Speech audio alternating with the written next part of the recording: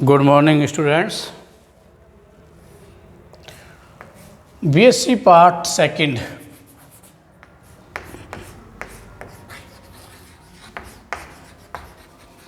Botany classes के अंदर आज का जो टॉपिक है आपका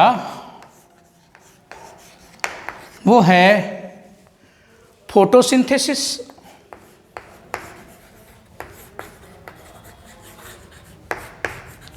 फोटोसिंथेसिस और इस फोटोसिंथेसिस में भी हम क्या पढ़ने वाले हैं?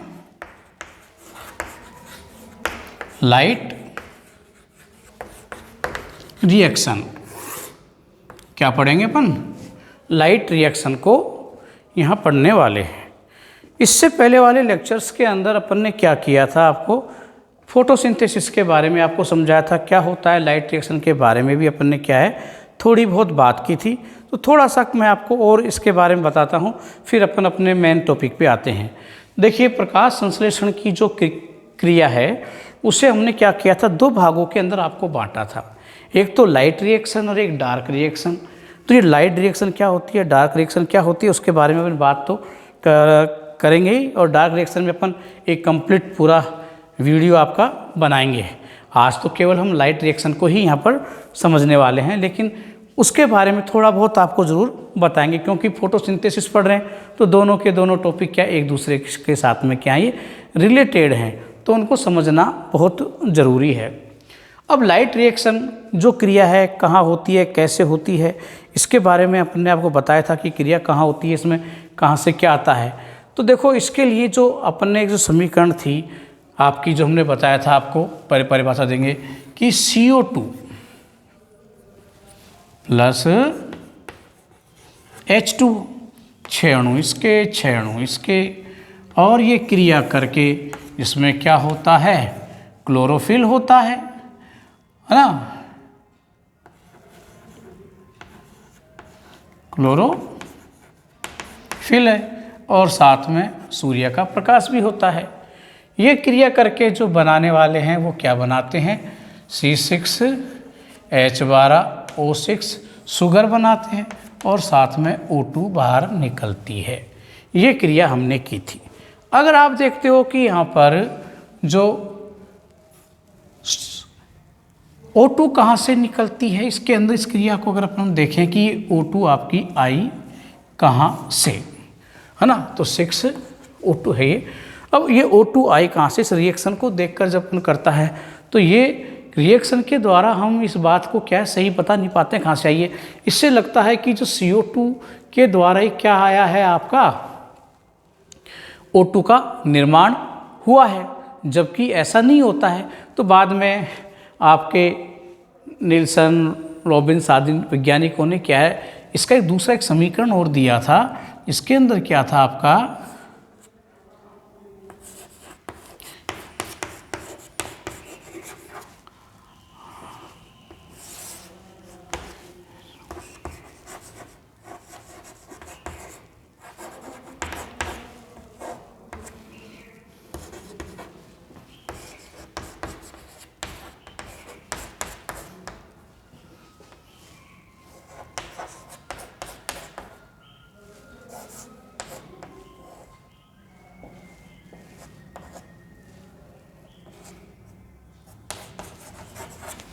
ये समीकरण दिया। तो आज के टाइम हम क्या करते हैं, प्रकाश संश्लेषण के लिए इस समीकरण को ज़्यादा ध्यान में रखते हैं, क्योंकि इसके साथ में क्या जल भी बाहर आपका क्या होता है, बाहर निकलता है। और ये समीकरण ही बताती है कि जो इसमें ऑक्सीजन जो निकली है वो जल के अपघटन के द्वारा ही क्या होती है, बाहर निकलती है।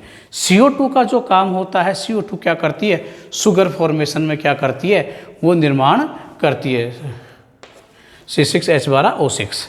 तो ये क्या करती है, आपका शुगरगन ग्लूकोज के निर्माण में क्या होती है, ये भाग लेती है आपकी।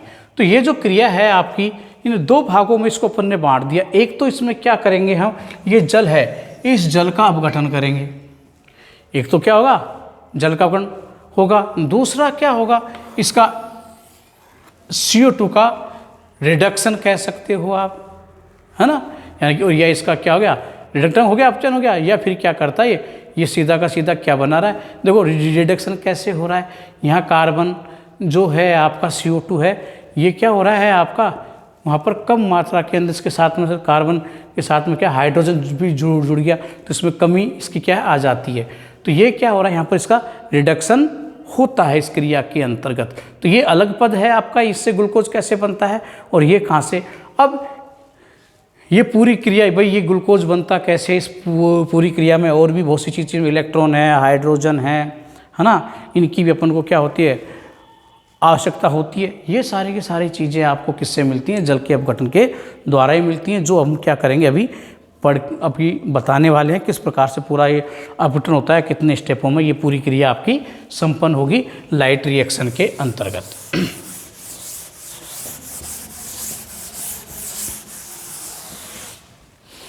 और जो फिर लाइट रिएक्शन में यहाँ हम इसका जब मैकेनिज्म पढ़ते हैं फोटोसिंथेसिस का, जिसका पहला भाग आपका क्या है लाइट रिएक्शन है, तो इसकी जो समीकरण हमने आपको एक बताई थी कि इसके अंदर क्या होता है जल अपघटन की क्रिया है। तो स्टेप जो इसका फर्स्ट अगर अपन देखें, प्रकाश संश्लेषण में ऑक्सीकरण अपचयन की एक जटिल अभिक्रिया ही, तो हम क्या करते हैं इसको कुछ स्टेपों में बांटते हैं। तो यहाँ पर देखो एक स्टेप फर्स्ट के रूप में अगर इसकी पूरी अभिक्रिया को देखें, तो मैंने इसको आपको थोड़ा सा शायद पहले भी बताया था।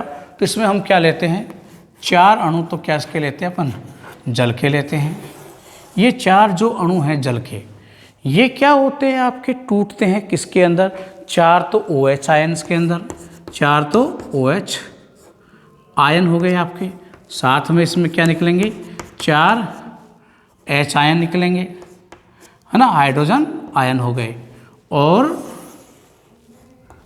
यहाँ पर आपको क्या होगा ADP का निर्माण होता है। और ADP का निर्माण कैसे होता है, ये देखो 4 इलेक्ट्रॉन निकलेंगे, साथ में 2 या 3 अणु होते हैं ना, ADP है, ये क्या करती है क्रिया कर जाती है किससे IP से, किससे क्रिया करेगी इनऑर्गेनिक फास्फोरस से। वो भी कितने होंगे आपके भाई 2 है तो 2, 3 है तो 3 है, उसी प्रकार से ये क्रिया कर जाएगी। और क्रिया करके क्या बनाएंगे 2 ATP एडेनोसिन डाइफॉस्फेट, डाई थे एक और जुड़ गया है ना, एक जुड़ गया ये, तो क्या हो गया ये ट्राईफॉस्फेट हो गया। तो एडेनोसिन ट्राईफॉस्फेट क्या होता है इस क्रिया के अंदर निर्माण ये होता है। ये क्रिया की ये काम क्या होता है आपका यहाँ पर हो गया। अब आगे क्या मिला, आगे इसमें क्या होगा अपन को एक ऊर्जा तो आपकी ये अपन को प्राप्त हो गई, कौन सी एनर्जी। तो ये तो अपन नॉर रूप में क्या आपका एनर्जी के रूप में ये प्राप्त हो गया। एक और इसके साथ में अपन को क्या मिलता है वो और देखो NADP। ये जो हाइड्रोजन निकले हैं, ये हाइड्रोजन क्या करते हैं यहाँ काम में आते हैं, और ये हाइड्रोजन काम में आकर ये क्या बनाएंगे Na2 बनाएंगे, NADPH प्लस H प्लस का क्या कर देते हैं ये निर्माण करते हैं। तो इस प्रकार से अपन को क्या है ये जो बन गया ये NADP बनती है, ये कहलाती है रिडक्टिंग NADPH2 का क्या होता है ये निर्माण हो गया।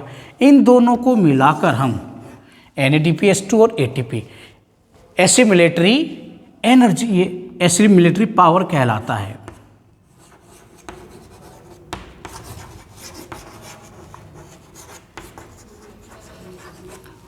एसिमिलेटरी ऊर्जा ये कहलाती है, यानी कि स्वांगीकारी ऊर्जा अपन को कहलाती है। ये जो ऊर्जा बनती है यही ऊर्जा आगे चलकर क्या होती है डार्क रिएक्शन के अंदर काम में आती है। वहाँ ऊर्जा एक्शन डार्क है, मतलब ये तो प्रकाश के अंदर होने वाली है, वो अंधेरे में होती है, वहाँ प्रकाश आपको मिलता नहीं है, क्योंकि हम जानते हैं प्रकाश का स्रोत केवल क्या होता है सूर्य होता है। तो उस क्रिया के अंदर आपको नहीं मिलने वाला, डार्क रिएक्शन के अंदर जो ऊर्जा चाहिए वो ऊर्जा आपको यहीं से जो ये प्राप्त ऊर्जा हुई है आपकी एसिमिलेटरी जो पावर प्राप्त हुआ है, जो एनर्जी प्राप्त हुई है, वही एनर्जी क्या होती है आपकी, इसको एनर्जी भी कह सकते हो, वही एनर्जी आगे काम में आने वाली है। अब इन्हीं को अपन क्या करते हैं अलग अलग एक एक पदों के द्वारा इनको क्या अपन समझाते हैं। इसको तो आप क्या कर सकते हो उतार सकते हो। अब देखो ये हो गया, ये रिएक्शन अपन को पढ़नी है। मैंने आपको कुछ बातें बताई थी थैलेकोइड मेम्ब्रेन के अंदर जब अपन ने बात की थी कि यहाँ पर PS1 और PS2 के बारे में, एक बार मैं वो खैर बाद में बात करूँगा, पहले इसको करा देता हूँ चक्कर के बारे में। पहले इसका अपघटन को अपन क्या कर लेते हैं, पूरा पढ़ लेते हैं, फिर आएंगे। अब देखो प्रकाश संश्लेषण का जो अवशोषण है, ये पूरी क्रियाएं होती कैसे हैं, तो इस पूरी रिएक्शन को हम क्या करते हैं, 3 चरणों के अंदर क्या करते हैं, विभक्त कर देते हैं। तो आपका पहला चरण है, उसमें देखो सबसे पहले क्या हो रहा है इसके अंदर, प्रकाश संश्लेषण का अवशोषण व क्लोरोफिल का उत्तेजन। पहला पद है, इसमें क्या होगा आपका, प्रकाश का अवशोषण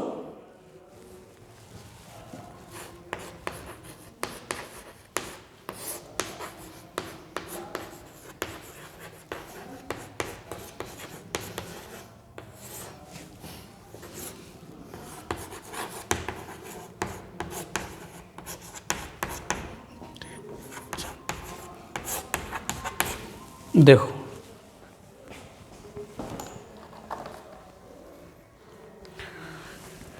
प्रारंभिक कंडीशन के अंदर जब अपन क्या करते हैं, क्लोरोफिल को देखते हैं, तो ये आपका क्लोरोफिल है जो कि किस अवस्था में होता है, ग्राउंड स्टेट। किस में होता है ये, ग्राउंड स्टेट के अंदर आपका क्या होता है, ये अपन को प्राप्त होता है।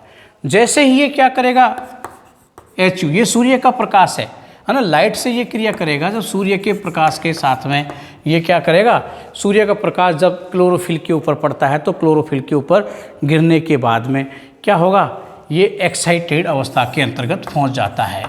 जो क्लोरोफिल है यहाँ स्टार के द्वारा हम इसको दर्शा देते हैं, तो ये किस में हो जाएगा, एक्साइटेड स्टेट के अंदर क्या होगा, ये आपका पहुंच जाएगा। यानी कि एक्साइटेड अवस्था के अंदर क्या हो जाता है, ये आपका पहुंच जाएगा। उत्तेजित अवस्था के अंदर क्या होगा, ये पहुंच जाएगा। तो ये क्या हो गया आपका, उत्तेजित हो जाता है। ये उत्तेजित अवस्था के अंदर आपका पहुंच जाता है। तो पहली क्रिया तो यही होती है, जैसे ही प्रकाश क्लोरोफिल के ऊपर गिरा, गिरते ही क्या होगा, उसमें से इलेक्ट्रॉन्स आपके क्या होंगे, बाहर निकलेंगे और ये क्या हो जाएगा, आपका एक्साइटेड अवस्था के अंदर क्लोरोफिल आ जाएगा। अब ये एक्साइटेड होते ही नेक्स्ट में क्या होता है, फोटोलाइसिस ऑफ वाटर। दूसरा जो पद है आपका, दूसरी क्रिया को अगर देखें अपन, नेक्स्ट दूसरा स्टेप में क्या होता है, फोटोलाइसिस ऑफ वाटर। यहाँ जल का प्रकाशीय अपघटन है, जल का प्रकाशीय अपघटन है। किस प्रकार से होता है,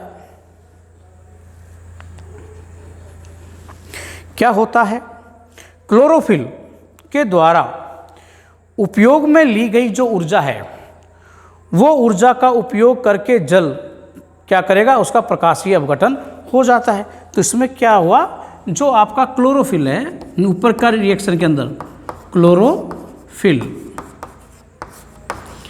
के द्वारा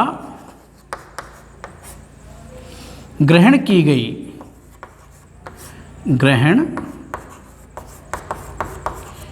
गई ऊर्जा के द्वारा जल का क्या हो जाता है, अपघटन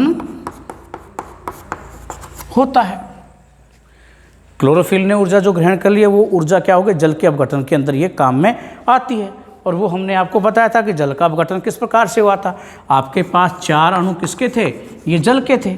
ये 4 अणु जो जल के हैं, ये 4 अणु जल के हैं, ये क्या होंगे, उस ऊर्जा को ग्रहण कर ली। ऊर्जा को ग्रहण करने के बाद में 4 OH के और 4 हाइड्रोजन के अणु क्या होते हैं, अपन को ये प्राप्त हो जाते हैं। तो ये था आपका क्या, जल का अपघटन हो गया। किस प्रकार से जल का क्या हो जाता है, अपघटन इसके अंदर होता है। अब देखो, हम जानते हैं कि जल के प्रकाशीय अपघटन के अंदर O2 निकलती है ना।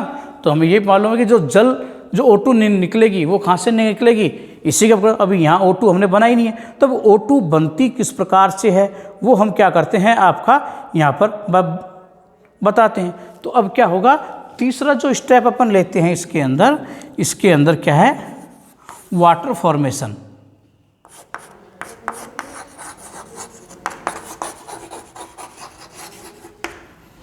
सॉरी, वाटर के फॉर्मेशन नहीं, O2 फॉर्मेशन होगा ना, O2 फॉर्मेशन। ये कैसे होता है, आपके पास क्या थे, 4 अणु OH के हैं। ये 4 अणु OH के क्या करते हैं, अब क्रिया करते हैं। क्रिया करने के बाद में ये क्या बनाते हैं, 4 OH हैं। तो ये 4 OH ऐसे तो क्रिया करेंगे नहीं, इसके ऊपर वाली क्रिया के अंदर हमारे क्या निकले थे, 4 इलेक्ट्रॉन भी निकले। अब ये चारों इलेक्ट्रॉन्स क्या होते हैं, जैसे ये बाहर आपके निकलते हैं तो ये चारों इलेक्ट्रॉन इससे क्रिया करने के बाद में ये 4 जो माइनस में था ये किस में बन गया, 4 OH के अंदर ये कन्वर्ट हो गया। अब ये 4 OH बन गए। अब ये चारों OH आगे चलकर क्या करते हैं, 4 जो OH हैं ये आगे क्या बनाएंगे, ऑक्सीजन और जल के अणु का क्या कर देते हैं, निर्माण यहाँ कर देते हैं। तो 2 एटम तो किसके बना देते हैं, ये जल के बना देते हैं, और ऑक्सीजन क्या होती है इसमें, ये मुक्त हो जाती है। ये ऑक्सीजन जो मुक्त हुई है, ये ऑक्सीजन क्या होती है, सेलुलर जो आपका क्या कहोगे, रेस्पायरेशन है ना, श्वसन की क्रिया, उसके अंदर ये काम में ले ली जाती है। तो यहाँ तीसरे पद में हमने क्या देखा कि ऑक्सीजन का फॉर्मेशन हुआ, इलेक्ट्रॉनों को ग्रहण करने के बाद में क्या बन गया आपका, ये OH बन गए। ये OH बाद में आपस में क्रिया करके जल के अणु और ऑक्सीजन के अणु का क्या कर देते हैं, ये निर्माण कर देते हैं। और जो ये ऑक्सीजन आपकी बनी है, ये ऑक्सीजन क्या होती है, आगे जो सेलुलर क्या होता है, रेस्पायरेशन होता है, कोशिकीय श्वसन क्रिया होती है, उस कोशिकीय श्वसन के अंदर क्या होता है, ये काम में आ जाती है। और ये तो काम में, अगर एक्सेज मात्रा के अंदर ऑक्सीजन होती है, वो क्या होती है, वायुमंडल के अंदर त्याग दी जाती है। हम जानते हैं प्रकाश संश्लेषण के द्वारा उत्पन्न जो ऑक्सीजन है वही वायुमंडल के अंदर आती है, और हम श्वसन कहाँ से लेते हैं, इसी वायुमंडल में से ले रहे हैं। तो ये बहुत इम्पोर्टेंट क्या है आपका घटक होता है। तो यहीं से ऑक्सीजन क्या होती है, वायुमंडल के अंदर अपन को प्राप्त होती है। तो इस प्रकार से अपन क्या हो गई, ये ऑक्सीजन अपन को यहाँ प्राप्त हो जाती है। नेक्स्ट पद अपन लेते हैं आपका अब NADP का फॉर्मेशन। चौथा 3 हो गए, मैं इसको चलो चौथा पद है इधर करा देता हूँ।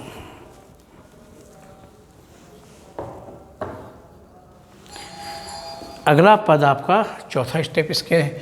ये आपका पहला जो स्टेप अपन ने कराया था, एक समीकरण लिखी थी, उसी को अपन क्या कर रहे हैं यहाँ पर विस्तार पूर्वक बता रहे हैं, है ना।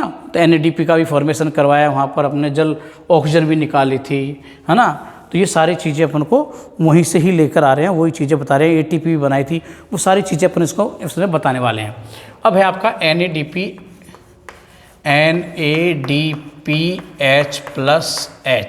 है ना का निर्माण, इसका फॉर्मेशन किस प्रकार से होता है।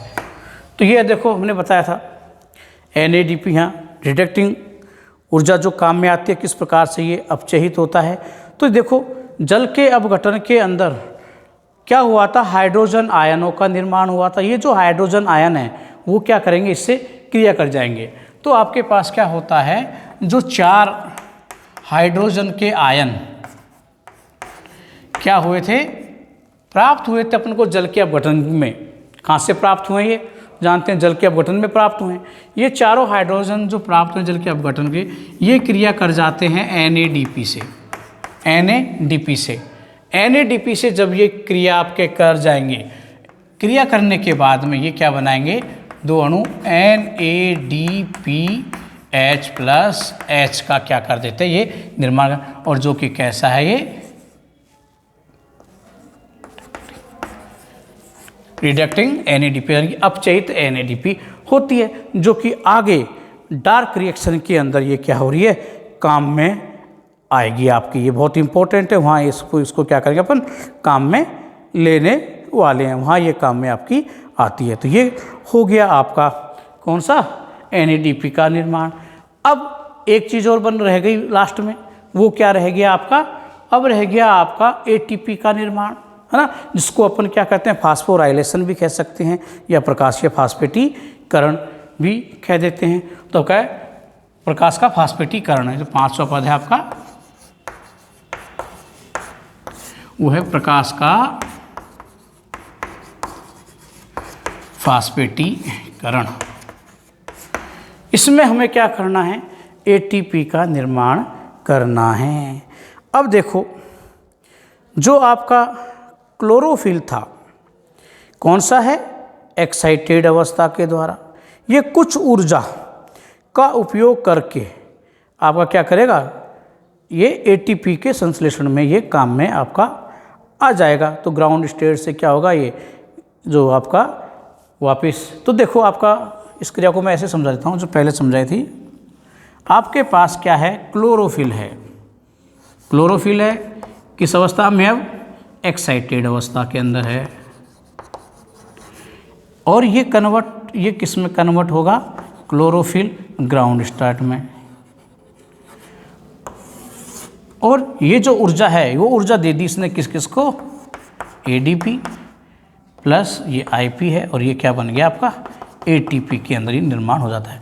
तो ये ऊर्जा है इसकी जो ट्रांसफ़र हो गई इधर, और आपका क्या बन गया एटीपी का निर्माण हो गया। तो इस प्रकार से अपने पास क्या प्राप्त हो जाएगा एटीपी का निर्माण यहाँ पर अपन को प्राप्त हो जाता है। तो ये प्राप्त क्या हो गई आपकी एटीपी यहाँ प्राप्त हो गई है। तो ये बन गई आपकी क्या है एटीपी यहाँ पर ये बन जाती है। आई बात समझ में। इस प्रकार से ये एटीपी क्या होती है यहाँ ये बनती है। हो गया ये बात। तो ये तो हमने क्या किया है प्रकाश संश्लेषण का जो एक पार्ट है आपका स्टेप फर्स्ट, जिसके अंदर हमने क्या बताया आपको कि पहला पार्ट होता है जिसके अंदर आपका केवल एनर्जियों का निर्माण होता है और इसके अंदर क्या ऑक्सीजन निकलती है, वो दोनों चीज़ें बनाई हैं। लेकिन प्रकाश संश्लेषण में एक और महत्वपूर्ण घटना होती है। वो कौन सी घटना है आपकी, वो घटना है उसके अंदर आपका क्या होगा, क्या प्राप्त होता है आपको, क्या होता है प्राप्त उसके अंदर बताइए क्या होगा C6H12O6 वो भी तो बनता है, वो और बनाना है तो वो बनेगा इसका स्टेप सेकंड है। उसके अंदर हम बनाएंगे जहाँ पर आपका क्या होगा कार्बन डाइऑक्साइड है जो क्या करेगी एटीपी और NADPH2 दोनों स्वांगीकारी शक्तियों को या ऊर्जा को क्या करती है काम में लेती है और किसका ग्लूकोज का निर्माण ये कर देती है। तो ये क्रिया आपकी क्या है इसके अंतर्गत और होती है, जिससे अपन डार्क रिएक्शन केल्विन साइकिल के नाम से भी क्या है अपन उसे या फोटोकेमिकल रिएक्शन भी इससे हम क्या है कह देते हैं। तो ये होता है जो अपन पढ़ाएंगे वो कल। Thank you.